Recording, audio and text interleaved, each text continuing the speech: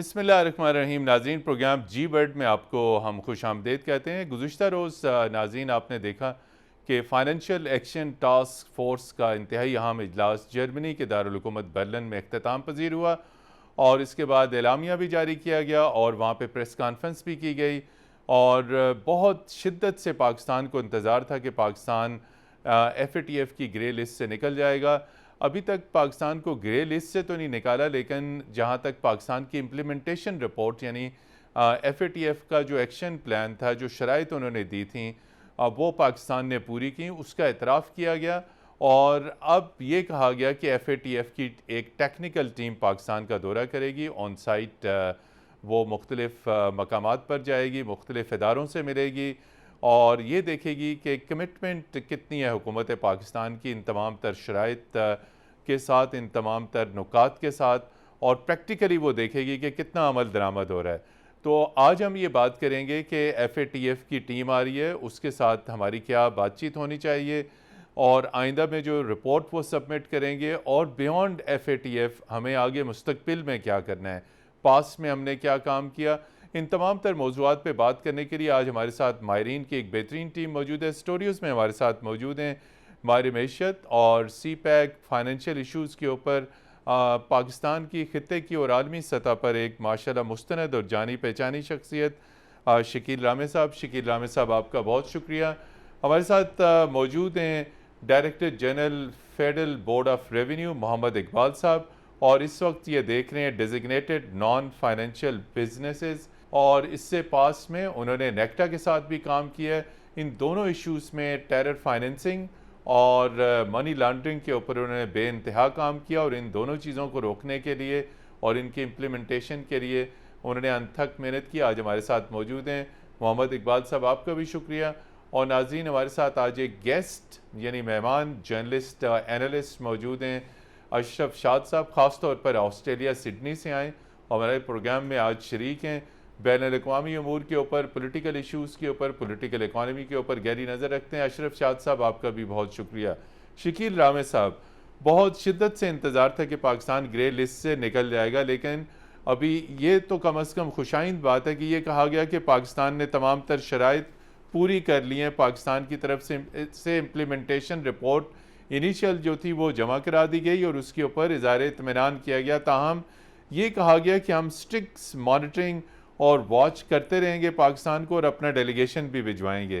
तो अब जब ये ऐलान हुआ है कि अब डेलीगेशन भी आएगा, तो हमें कितनी अपनी तैयारी मुकम्मल रखनी चाहिए, चूँकि वो टीम फ्रेंडली भी हो सकती है, फ्रेंडली नहीं भी हो सकती। तो जब ऑन साइट इंस्पेक्शन करनी है तो ये भी बहुत सेंसिटिव मरला है पाकिस्तान के लिए। देखें, हमारी जो बात है मतीन साहब, मैं तो हमेशा से कहता हूँ FATF जो है कि ये एक पॉलिटिकल ऑर्गेनाइजेशन है जिसको एज ए पॉलिटिकल इंस्ट्रूमेंट वो यूज़ करते हैं। बिल्कुल। अब बात जो आपने बात किया कि दोस्त भी हो सकती है और दोस्त नहीं भी हो सकती, इसी में सारी कहानी छुपी हुई है जो कि आपने 2 लफ्ज़ों में बयान कर दी है। और ये बात यही है कि हमें जो बाकी दूसरी जो कंप्लाइंस है, आप देखें हमने तो उनको डॉक्यूमेंटेशन दे दी, हमने ये लॉज चेंज कर दिया, सारा कुछ कर दिया, कानून साजी कर दी, हम सारा कुछ कर दिया। अब ऑन ग्राउंड वो देखने आ रहे हैं। मगर फिर मैं वही बात करूंगा, अगर हमारी ये तैयारी तो पूरी है, हमने बहुत मेहनत की है, हमारे सारे इंस्टीट्यूशंस ने 4 बरसों में तो कहा गया बहुत मेहनत हुई है। और हमारे क्या कहते हैं कि हमारे कुछ दोस्तों ने हमें बड़ा हेल्प आउट किया है। मगर बात वहीं पे अटक जानी है कि उस वक्त उनकी पॉलिटिकल प्रेफरेंसेस क्या होती हैं। अब देखें ना, टीम आएगी और बातचीत नहीं टीम नहीं, जो FATF की जो इसको स्टीयरिंग कंट्रीज है। हम देखें 2-3 मैं कमीशन की बात करता हूँ, एक FATF है, फिर ह्यूमन राइट्स कमीशन है UN का। इनके पास कोई ऐसी फोर्स नहीं जो बाइंड कर सकें किसी को। अब बड़े चलाकी से सिस्टम किया गया है कि जब उन पे बारी आती है, मतलब ह्यूमन राइट्स की बारी आई अमेरिका की, तो अमेरिकन के हम इसका मेंबर ही नहीं है। जी बिल्कुल। तो ये उससे निकल गए। अब इससे आप अंदाजा लगा सकते हैं जी इन ऑर्गेनाइजेशन के मकासद क्या है। तो मेरे नज़र में पाकिस्तान कानून साजी कर दी, सारा कुछ कर दिया। अब जो है कि ये 3-4 महीने हैं, हमें अपनी पॉलिटिकल मैनेजमेंट पे ध्यान देना चाहिए, अपना जो ग्लोबल क्लाउड है उस पर ध्यान देना चाहिए कि हमने उसमें को जो है कि उसको इंटैक्ट रखना है, उस क्लाउड को जो हमने क्रिएट किया है, और उसको हमने ब्रीफ करते रहना कि हमारा ये स्टेटस है, ताकि हमारे ऊपर कोई मजीद किस्म का प्रेशर ना आए। जी इकबाल साहब, आपने गुज़िश्ता 4 बरस में FATF के हवाले से जो पाकिस्तान ने काम किया, जो शराइत पूरी की, मनी लॉन्ड्रिंग को रोकने के हवाले से, टेरर फाइनेंसिंग को रोकने के हवाले से, इसमें आपने बहुत हेक्टिक काम किया और आज ये नतीजा निकला है कि पाकिस्तान की कमोबेश जितने भी पॉइंट्स थे उनकी जो इम्प्लीमेंटेशन रिपोर्ट थी FATF ने उसे तस्लीम किया है। तो कुछ आप ये बताएं कि ये जो करंट ये जो आपकी पोजीशन है, टाइटल है designated non financial businesses and professions, ये इसके तहत आप क्या मॉनिटर करते हैं और इस डेस्क ने कितनी प्रोग्रेस हासिल की FATF की इन शराइत को पूरी करने में? जी बहुत शुक्रिया मतीन साहब फॉर टेकिंग मी। थोड़ा सा मैं कॉन्टेक्स्ट बता दूं before I answer your question directly. ये जो FATF का जो प्रोसेस है, पाकिस्तान असल में दो प्रोसेस से साइमल्टेनियसली गुजरा है।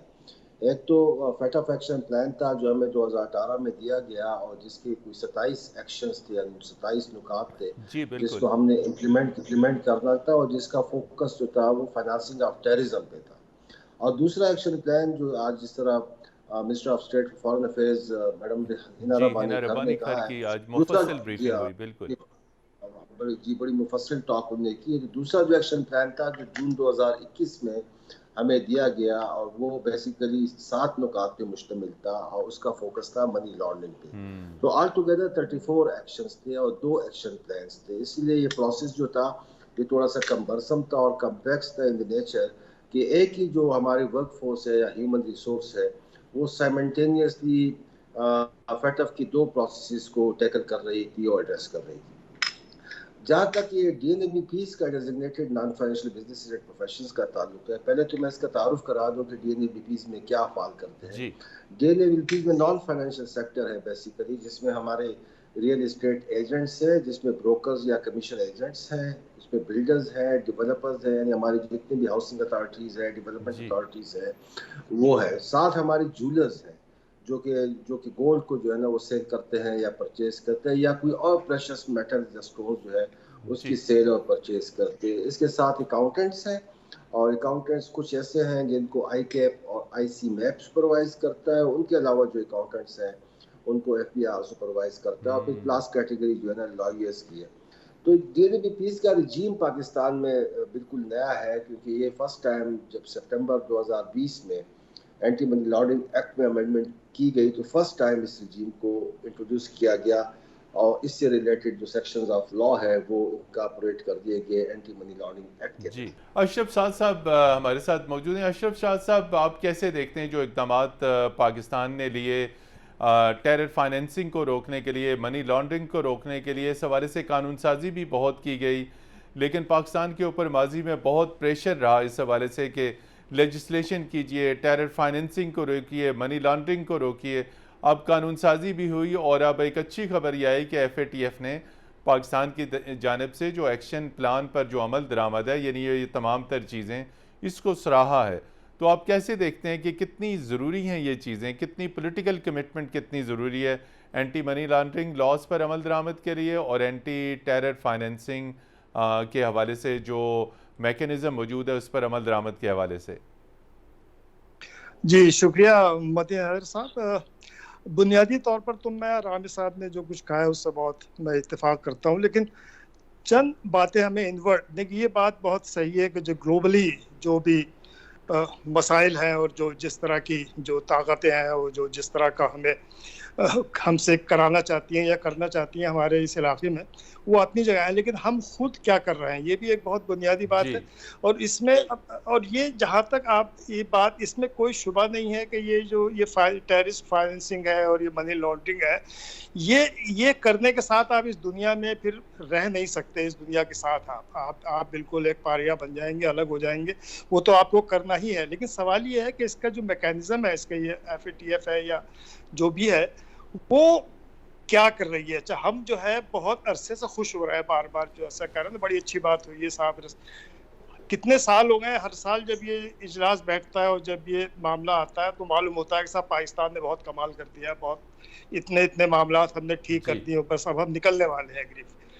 मुझे जो सबसे एक मुझे बहुत मैं हैरत ज़दा जिस बात पर हूँ वो ये है कि मैं जब से अभी मुझे हुए 8-10 रोज़ ऑस्ट्रेलिया से आए हुए, जब से मैं आया हुआ हूँ मुझे पाकिस्तान में शादियाने बजते हुए नजर आ रहे हैं। सब शादियाने बजते हुए, जी या डीजी आईएसपीआर हो जनाब, हमारे हमाद नज़र साहब हो, ये रब्बानी खर साहिबा हो, बिलावल साहब का तो खैर मैंने नहीं सुना, वो तो ज़रा सा अप्रेंटिस मेरा ख्याल है वज़ीर ख़ारजा है अभी, लेकिन हैदर रब्बानी ने भी कहा है और दफ्तर खारजा सब ने भी कहा, और अचानक बिल्कुल सब अचानक क्रेडिट लेने लगे हैं कि साहब देखिए हमने कितना कमाल किया कि पाकिस्तान को, अच्छा इतना प्री मैच्योर जो ये आप अपना जो है वो एक क्रेडिट ले रहे हैं और शादियां ने बचा रहे हैं आप सब लोग मिलकर।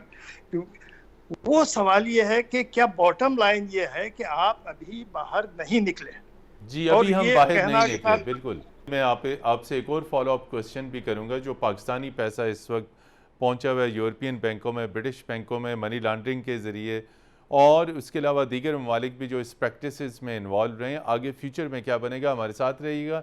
यहाँ पर लेते हैं एक ब्रेक के बाद आपकी खिदमत में फिर हाजिर होंगे।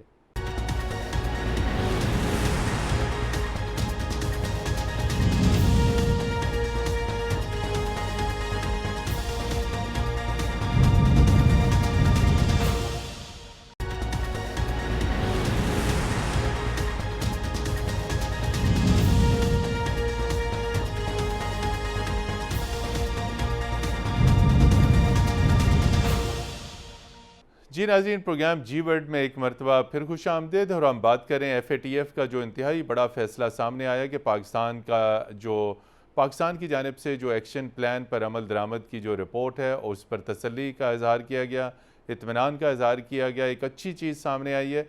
अशरफ शाद साहब, आप पाकिस्तान की सियासत पर गहरी नज़र रखते हैं और जो है वो पॉलिटिकल रिपोर्टिंग भी करते रहे, लिखते भी रहें।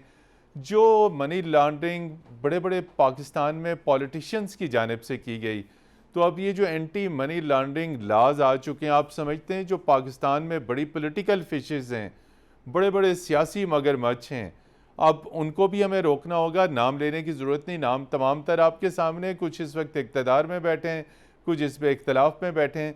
तो जो पॉलिटिकल लीडरशिप मनी लॉन्ड्रिंग में है, ये जो एंटी मनी लॉन्ड्रिंग लॉज हमने बनाए, तो क्या ये मुमकिन होगा कि पॉलिटिशियंस के ऊपर भी हम हाथ डाल सकें?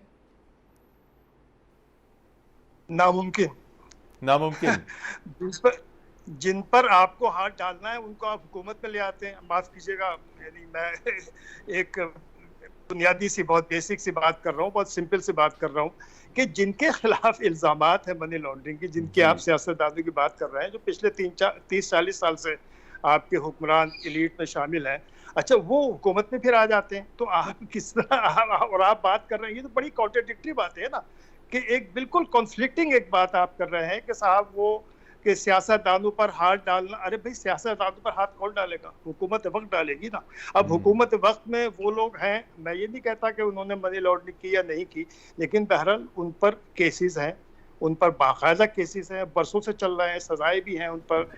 और तो वो सवाल ये है कि वो क्लियर किए बगैर फिर दोबारा हुकूमत में आ जाते हैं। देखिए, ये दुनिया में खास तौर पर महज़ब दुनिया में ये जवाज बिल्कुल नहीं माना जाता कि साहब वो साबित नहीं हुई बात। आप पर जब इल्ज़ाम लगता है आपको अलग हट जाना होता है। दुनिया का तकाज़ा, पूरी महज़ब दुनिया, मैं 40 साल से पाकिस्तान से बाहर हूँ और एक जो डेमोक्रेसी है उसको मैं प्रैक्टिस करता हूँ वहाँ की। यानी मैं कुछ तकरीबन ऑस्ट्रेलिया में कम से कम 10 हुकूमतें जो है वो मेरे वोट से जो है मेरा वोट भी उसमें तब्दीली आई, आपके वोट से यानी तब्दीली आई। बिल्कुल। ये बताइए कि ये जो FATF का एलामिया जारी हुआ और उसमें ये कहा गया कि एक टीम बहुत जल्द दौरा करेगी और साइट इंस्पेक्शन करेगी, तो उसके लिए क्या तैयारियां हैं? आप समझते हैं कि ये ऑन साइट इंस्पेक्शन जो FATF की टेक्निकल टीम होगी, जो हमने तमाम तर स्टेप्स उठाए, तमाम इदारों ने, उसमें FATF का सेल GHQ में शामिल है, SCCP है, FBR है, स्टेट बैंक ऑफ पाकिस्तान है, नेक्ट है, तमाम इदारे हैं, तो हमारी तैयारी मुकम्मल है? उनको उनकी तरफ से जितने भी टेक्निकल सवालात उठेंगे ताकि इस दौरे के बाद उन्होंने फिर अपनी अहम तरीन रिपोर्ट सबमिट करनी है। जी इकबाल साहब। जी, जैसे आज मैडम फॉरेन मिनिस्टर ने आज बड़ी जो है डिटेल में इसके बारे में बात की है। जो ऑन साइट इंस्पेक्शन है वो प्राइमरीली वो देखेंगे कि एक तो हमारी पॉलिटिकल कमिटमेंट है कि नहीं, इस MHCFT रिजीम को पॉलिटिकल कमिटमेंट है कि नहीं, जो जी हाँ, जो कि है और एग्जिस्ट कर रही है, और पाकिस्तान जो है गाय बगाए उसको डिमॉन्स्ट्रेट करता रहा है, जैसे आज मैडम ने प्रेस कॉन्फ्रेंस में बड़ी डिटेल में जो है ना उसको फर्दर भी डिमॉन्स्ट्रेट किया कि हमारी पॉलिटिकल कमिटमेंट मौजूद है। दूसरी वो देखती है कि जो एक्शंस हैं वो कितने सस्टेनेबल है। अब जो सस्टेनेबिलिटी है उसके लिए आप देखें कि हमारे यहाँ लॉज में चेंजेस आई हैं। आपने खुद देखा कि 14 ऐसे हमारे लॉज हैं, फेडरल और प्रोविंशियल लॉज है, जिनको अमेंड किया गया और जिनको टेलर किया गया अपनी एम एल सेफ्टी रिजीम को फॉस्टर करने के लिए। फिर हमारे रूल्स आए, रेगुलेशंस आए, इंस्टीट्यूशनल फ्रेमवर्क्स बने। तो एक तो हमारे लॉज और रेगुलेशंस आ गए इन प्लेस, दूसरे ये चीज़ें जो है ये इन प्रैक्टिस भी आ रही।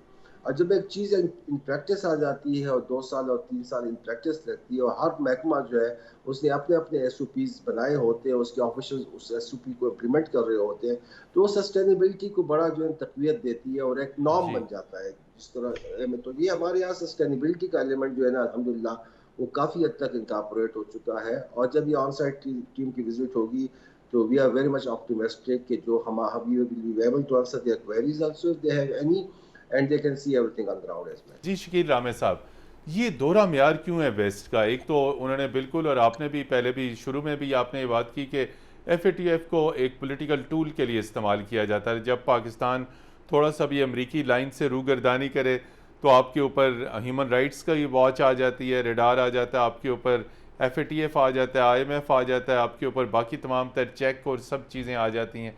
अब सवाल ये है बिल्कुल कि मनी लॉन्ड्रिंग के हवाले से, ठीक है, जो वेस्ट में प्रैक्टिसेस हो रही हैं वो हो रही हैं, जो 2 कवानीन बड़े पास किए गए हैं एंटी टेरर फाइनेंसिंग और मनी लॉन्ड्रिंग को रोकने के लिए, आप समझते हैं कि इन पर अमल दरामद मुमकिन होगा?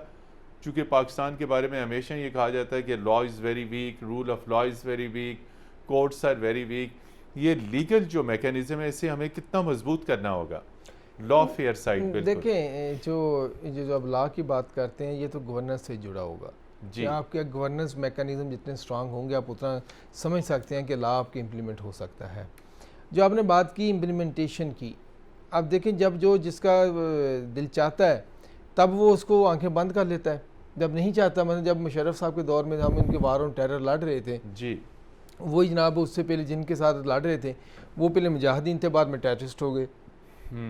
आज उन्हीं को जिनको 20 साल पूरी दुनिया को इन्होंने तिकनी का नाच साथ बैठ के अमन के मायदे तिकनी का नाच नचा दिया जी, ये टेररिस्ट हैं, दुनिया को तबाह कर देंगे जी, इनके बगैर इनको मारने, उनके साथ जाते मिन्नतें करके उनसे माफ़ी मांग के भी निकल गए। बेशक वो आप माने या ना माने, बात यह है कि हमें एक चीज़ बड़े अच्छे तरीके से समझ लेनी चाहिए। वीक जो नेशंस होती हैं उनकी कोई इतनी ज़्यादा जो है ना, जो हम से नहीं होती, से नहीं तो बड़ी बढ़ के मार लेते हैं, अलग बात है। अगर हम बढ़ के मारनी है तो हमें किसी जगह पे खड़ा होना सीखना चाहिए, सेक्रीफाइस करना सीखना चाहिए। अब हमारी जो वो हमारे हो नहीं सकता। रीज़न ये है कि हमारी जितनी ये एलीट है, चाहे वो मिलिट्री है, चाहे सिविल है, चाहे पॉलिटिकल है, चाहे बिजनेस है, उन सब का इंटरेस्ट वेस्ट में है जी। हमारे पॉलिसी मेकर और रूलिंग एलीट, बिल्कुल, जिसे हम अपनी इशराफिया कहते हैं। इशराफिया, उनका देखो बैंक उनके पैसा उधर पड़ा है, बच्चे उधर पढ़ रहे हैं, रहते उधर हैं, प्रॉपर्टीज वहाँ पे, हर जगह हर वहीं पर है सारा कुछ। अब बताएं वो उनके साथ कैसे एक बराबरी की बात कर सकते हैं? यहाँ इन बराबरी को आप भूल जाएं, हम मानती भी नहीं अभी हमारी, यानी कि उनका असूल बेस बार कैसे कर सकते हैं? अब एक मुल्क का आप देखेंगे, अभी जो है हम इसको पसंद करें या ना करें, हम अल्ताफ हुसैन को बातें करते थे, आज नवाज शरीफ बाहर बैठ के हुकूमत कर रहा है, बिल्कुल सारी चीजें कंट्रोल कर रहे हैं। अब इस मुल्क में तमाशा है ना, यहाँ पे रूल ऑफ गवर्नेंस की जो बात करते हैं, प्राइम मिनिस्टर भी एक क्या कहते हैं, उन पे भी अभी चार्जेस हैं मनी लॉन्ड्रिंग के, कन्विक्टेड हैं बाकायदा मनी लॉन्ड्रिंग। वज़ीर सबसे बड़े सूबे के वज़ीर आला पे भी चार्जेस हैं। हाँ, दोनों अभी भी FIA के सामने पेश होते हैं। अब इस सिनेरियो में मुझे नहीं समझ आती कि हम कैसे क्लेम करेंगे। हम वेस्ट को एक मिनट साइड पे रखते हैं क्योंकि उनका तो दोहरा म्यार है कि जब ये वर्ल्ड वार 2 खत्म हुई, घर को देखना है, वर्ल्ड वार 2 खत्म हुई ना, उन्होंने जान लिया था कि अब दुनिया पे ना यानी कि फिजिकल जो कि कब्जा नहीं हो सकता, अब उन्हें इकनॉमिक कब्जा करना है।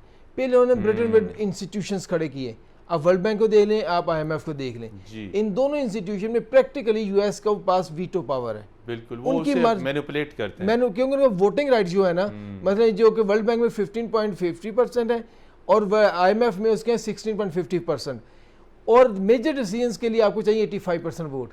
सारी दुनिया इकट्ठी भी हो जाए आपके 85% नहीं होते, नहीं हो सकते। तो उसमें रखा, फिर वक्त के साथ साथ हम नए नए इंस्ट्रूमेंट बनाते गए। अब उन इंस्ट्रूमेंट में आपको जकड़ दिया गया है। अब आप देखें ट्रांजैक्शन है, आपकी जो इंटरनेशनल ट्रांजैक्शन है कहाँ से होती हैं? न्यूयॉर्क से होती है। New York, London, city of London जो कि मेन हब है जिसको मनी लॉन्ड्रिंग कहते हैं, क्योंकि वर्जिन आइलैंड के थ्रू उसने जो कंपनियां बनाई हैं जिसको टैक्स अवेडिंग के लिए सारा कुछ, दो जगह हैं, एक तो सिटी ऑफ लंदन है जो लंदन के अंदर एक छोटी सी सिटी है, आपको इसको पढ़ के देखें इसका स्ट्रक्चर क्या है, वो सिटी के अंदर एक नई रियासत है, स्टेट विद इन स्टेट, नहीं सिटी के अंदर एक स्टेट है, वो उनकी इतनी पावरफुल है कि आपको कोई बंदा जो कि यूके गवर्नमेंट उसको छेड़ नहीं सकती। वो बनाई क्यों गई, इसलिए बनाएंगे कि जब बात होती है कि यूके गवर्नमेंट को कहा जाता है इनको कंट्रोल करने, कहते हैं हमारी तो ज्यूरिसडिक्शन में नहीं आती। ये देखें इन्होंने वर्जिन आइलैंड में बना लिया, नुसा आइलैंड में बना लिया, तो इतना स्माउंड खेला हुआ है। और सारे खेल में वो देखें दो चीज़ें हो सकती हैं, एक चीज़ ये है कि उसको हम बिल्कुल कह रहे हैं हम इस सिस्टम का हिस्सा नहीं, जो भी सिस्टम का हिस्सा नहीं, जो बिल्कुल मुमकिन नहीं है। वो भी दूसरा जो अभी रशिया और जो कभी क्या कहते हैं ब्रिक्स के थ्रू जो ये करने की कोशिश कर रहे हैं कि एक अल्टरनेटिव सिस्टम को हम डेवलप करें कि जो कि करेंसी हो डॉलर के अल्टरनेटिव, मगर उसको टाइम लगेगा अभी, वो बेटर है हमें ऑप्शन नज़र आ रहा है ब्रिक्स के थ्रू जो वो करने की कोशिश कर रहे हैं। तब तक हमें ना स्मार्टली खेलने की ज़रूरत है, हमें स्मार्टली खेलने की ज़रूरत है, बहुत विजिलेंट रहने की ज़रूरत है, चूँकि ये नाज़रीन एक बैनुल-अक़वामी डीप फाइनेंशियल खेल है जो खेला जा रहा है। हमारे साथ रहिएगा, इस मौजू पर गुफ्तगू का सिलसिला जारी रखेंगे। मिलते हैं एक ब्रेक के बाद।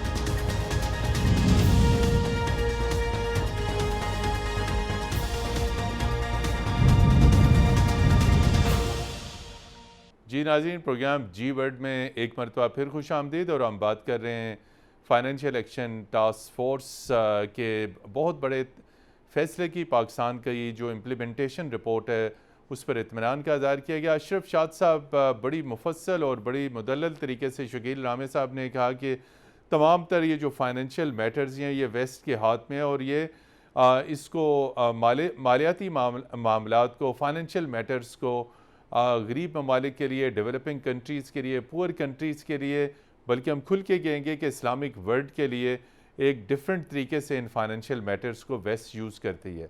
अब आप हमें आगे क्या करना है? ये तमाम तर चीज़ें, कंस्पिरेसीज़, इकनॉमिक हिटमैन के कन्फेशंस, ये FATF, ये आपने BCCI का जिक्र किया था, तमाम तर फाइनेंशियल मैटर्स, हमें आगे क्या करना है? FATF से आगे, अब आगे हम निकल भी जाते हैं तो हमें कितना मोहतात होना होगा अपने माली मामलात को शफाफ करने के लिए, ये टेरर ग्रुप्स की फाइनेंसिंग को रोकने के लिए, अपनी इकोनॉमी को डॉक्यूमेंट करने के लिए। देखिए बहुत ये कहने में बहुत आसान बातें हैं, लेकिन बहुत बहुत मुश्किल मामलात हैं। देखिए जहाँ तक मनी लॉन्ड्रिंग बहुत कठिन है, सफर आगे बहुत कठिन है। देखिए दुनिया भर, मैं आपको बताऊं, दुनिया भर में आप ये मनी लॉन्ड्रिंग का किस्सा खत्म कर नहीं सकते। अच्छा देखिए, मेरा एक थोड़ा सा इससे एक वाबिस्ता रहा हूँ। जब ये एशिया पैसिफिक एक इन्होंने बनाई थी मनी लॉन्ड्रिंग रोकने के लिए, जिसकी कि पहली, आज से कोई 20-22 साल पहले पहली मीटिंग हुई थी ऑस्ट्रेलिया में। जी बिल्कुल। अच्छा, मैं इत्तेफाक से उसमें शरीक रहा था, मैंने कोई प्रेजेंटेशन दी थी वहाँ, तो उसमें उन्होंने, अच्छा मैंने जब उन्हें ये बात वहाँ बताई प्रेजेंटेशन में कि साहब ये जो हवाला है कि आप जब तक ये हवाला ख़त्म नहीं करेंगे आपकी मनी लॉन्ड्रिंग नहीं रुक सकती। अच्छा, उन्हें मालूम ही नहीं था। अच्छा, वहाँ सब जमा थे, ऑस्ट्रेलिया के और पैसिफिक के जितने मुल्क हैं, एशिया के सारे, चीन समेत सारे, उसमें जो है वो ये सब लोग वहाँ मौजूद थे। तो उनको उस वक्त तक भी नहीं मालूम था कि साहब ये हवाला क्या होता है। और उसके बाद फिर बल्कि उस ज़माने में जो पाकिस्तान के जो हाई कमिश्नर थे ऑस्ट्रेलिया में, वो ex-DG FIA थे, खावर साहब गालिबन नाम था उनका। वो नवाज शरीफ साहब नाराज हो गए थे तो उनको बिल्कुल मुझे याद है, बिल्कुल उन्हें ऑस्ट्रेलिया में हाई कमिश्नर बनाया गया था। जी, बहुत अच्छे, बहुत ही शरीफ आदमी थे। तो मैंने उनसे कहा भी ये जो ये ऑस्ट्रेलियन जो पुलिस फोर्स है, मैंने कहा कि भाई आप पाकिस्तान के एक बने बनाए यहाँ मौजूद हैं, FIA के एक्सपीरियंस्ड आदमी हैं, आप उनको, आपको मदऊ करना चाहिए था, उनसे आप प्रेजेंटेशन लें, वो आपको बताएंगे सारा किस्सा। कहने का मेरे मकसद, अच्छा वो उन्होंने किया, कुछ किया होगा, कुछ नहीं किया, बल्कि वो दुबई में बैठे रहे, जाकर दुबई में उन्होंने शायद ऑफिस भी खोला। ये जो थी, मुझे नहीं मालूम एग्जैक्टली उसका नाम क्या था, ये जो उन्होंने मैकेनिज्म बनाया था। लेकिन देखिए, पाकिस्तान से मनी लॉन्ड्रिंग आप नहीं रोक सकते जब तक दुबई मौजूद है, जब तक दुबई मौजूद पॉसिबल नहीं। जी बिल्कुल नहीं रोक सकते आप। एक सबसे बड़ा डाकखाना है और सबको मालूम है ये बात। जी, ये बताइए, अब हमने बियॉन्ड FATF अब हम फ्यूचर की बात करते हैं कि अगर मुस्तकबिल में अल्लाह करे गुड न्यूज़ आए कि पाकिस्तान FATF की ग्रे लिस्ट से निकल जाए, उसके बाद हमें कितना विजिलेंट रहना होगा इन तमाम सेक्टर्स, इन तमाम अपनी जो फाइनेंशियल डीलिंग्स हैं, तमाम तर चीज़ें कानून हमें बनाएं। आप समझते हैं कि उसके बाद भी हमें सख्त मॉनिटरिंग मैकेनिज़्म और इम्प्लीमेंटेशन और फॉलोअप को बरकरार रखना होगा? जी, देखिए इसमें जो हमने ये जितना काम किया है पिछले 4 सालों में, इसमें ये बड़ा ज़रूरी है कि ये तो ज़ाहिर है कि FATF के एक्शन प्लान्स थे और गाइडलाइंस में थे जिसकी वजह से हम कर रहे थे। लेकिन इससे ज़्यादा इम्पोर्टेंट ये था कि ये सारे काम हमारे नेशनल इंटरेस्ट में थे, हमारी अपनी ज़रूरत थी। ये हमारी हमें जो अपनी है ना मनी ज़रूरत है, लॉन्ड्रिंग बिल्कुल। हमारी अपनी ज़रूरत थी, हमने मनी लॉन्ड्रिंग की भी रोकथाम करनी, हमने फाइनेंसिंग ऑफ टेररिज्म की रोकथाम करनी। इसलिए प्राइमरीली जितने भी इंस्टीट्यूशन सारे इसमें अक्रॉस द कंट्री इन्वॉल्व थे और एक रोबस्ट किस्म का इंटर एजेंसी कोऑर्डिनेशन मैकेनिज्म बनाया गया और जिसमें सारे इदारों ने बड़ा फ़ाल किरदार अदा किया। मिलिट्री इदारों ने, हमारे सिविल इदारों ने, हमारे जो GHQ में स्पेसिफिक टीम थी इसके लिए बनी हुई, फिर हमारे नेक्टा ने, मिनिस्ट्री ऑफ फॉरेन अफेयर्स ने, मिनिस्ट्री ऑफ इंटीरियर ने, प्रोविंशियल काउंटर टेररिज्म डिपार्टमेंट्स ने, FIA ने, प्रोविंशियल होम डिपार्टमेंट। तो ये एक whole of the government approach कहते हैं जिस तरह इन चीज़ों को लेके आगे चले। उसका कमाल ये हुआ कि ये जो मनी लॉन्ड्रिंग और फाइनेंसिंग ऑफ टेररिज्म के अगेंस्ट जो अवेयरनेस थी जो हमारे ऑफिशियल्स में चाहिए थी, वो बड़ी हद तक जो है डेवलप हो गई है। अब उसी अवेयरनेस को हमने आगे लेके चलना है और हमारे चूंकि अब लॉज भी इन प्लेस हैं जो कि हमारे अपने लॉज हैं, they are for all time to come unless amended by the parliament, और फिर हमारे रूल्स और रेगुलेशंस भी मौजूद है। तो इसीलिए ये जो आगे चल के भी इंशाअल्लाह ताला इसमें मजीद बेहतरी आती जाएगी एज वी मूव ऑन, और ये जो MLCFT रजीम है ये इस मुल्क में इंटैक्ट रहेगा। जी, शकील अहमद साहब, 2 नुक्ते सामने आए। एक तो आप पहले आप ये बताएंगे कि वे फॉरवर्ड क्या है, आगे हमने किस तरह अपनी इन तमाम तर नुकात के ऊपर अमल दरामद को ऐसे यकीनी बनाना है कि हम FATF की ग्रे लिस्ट से निकल जाएँ। और दूसरी तरफ ये जिस तरफ अशरफ शाद साहब ने इशारा किया, जो गैर मुल्की फ़ंडिंग आ रही है पाकिस्तान की रिलीजियस पार्टीज़ को, और ये पार्टीज़ पाकिस्तान के निज़ाम को ताहो-बाला कर देते हैं, बिल्कुल इसको हम कैसे रोकेंगे? बिल्कुल इस्लामाबाद के अंदर कई गैर मुल्की सफारतखाने पोलिटिकल पार्टीज़, मजहबी जमातों को, कई यूनियंस को पैसे तकसीम करते हैं। तो ये बड़ी तशवीश की बातें हैं। ये देखिए, जो पहली बात आपने कहा हमें क्या करना चाहिए। हाँ, वे फॉरवर्ड। पहली जो सबसे अहम बात है, हमें चुप कर देना चाहिए। जी, ये जो क्रेडिट गेम है ना जो अभी चल रही है, इसको ख़त्म कर दें। और सारी एक चीज़ पे ध्यान रखें कि अब हमने जब तक हमारा हो नहीं जाता, हमने इस पर बयानबाजी नहीं करनी। बयानबाजी को रोकना है। देखिए, जब बयानबाजी पे जाएंगे ना, फिर बयानबाजी की कोई इंतहा नहीं होती।